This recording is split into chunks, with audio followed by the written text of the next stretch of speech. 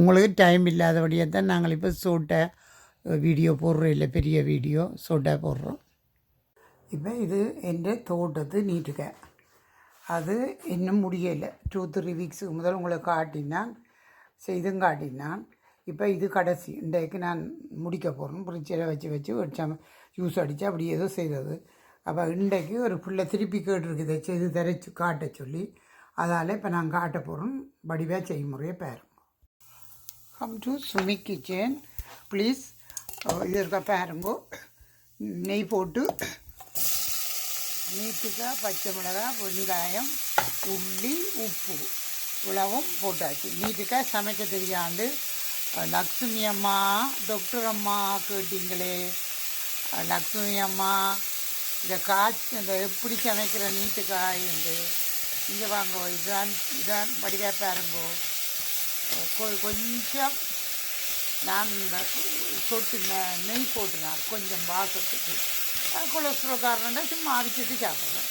இது இப்போ மதம் கேட்கலோ இவ்வளோ போட்ட சாமான் நோட் பண்ணிக்கிட்டீங்க. இப்போ வெங்காயம், பச்சை மிளகாய், உள்ளி இவ்வளோந்தான். இப்போ தண்ணி கூட போடணும். வதக்கியாச்சு, உப்பு எல்லாம் போட்டாச்சு.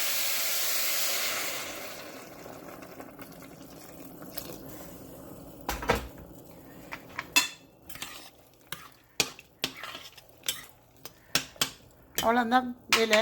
அவிஞ்சு முடிய காட்டுறேன். இப்போ முடிஞ்சது. பாதி தேசிக்காயும் ஒரு கரண்டி தேங்காய் பவுடரும் போட்டது. கொஞ்சம் கூட அவிய விட்டது. என்ன குழந்தைகள் கொஞ்சம் அரைப்பதம் உண்டா சாப்பிட ஆயினும் அதுக்காக. ஓகே.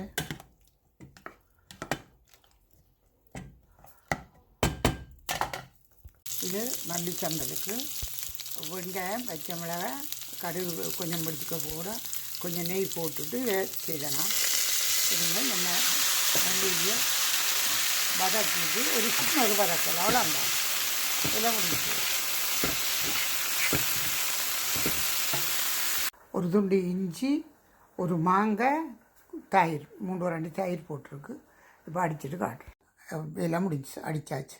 இதுக்கு லெமன் விட தேவையில்லை, தயிரே காணும்.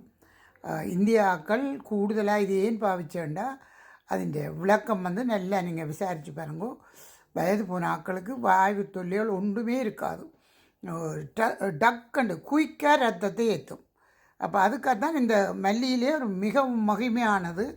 அது எப்போவும் டெய்லி சாப்பிட்டா உண்மையில உசாராக இருக்கலாம்.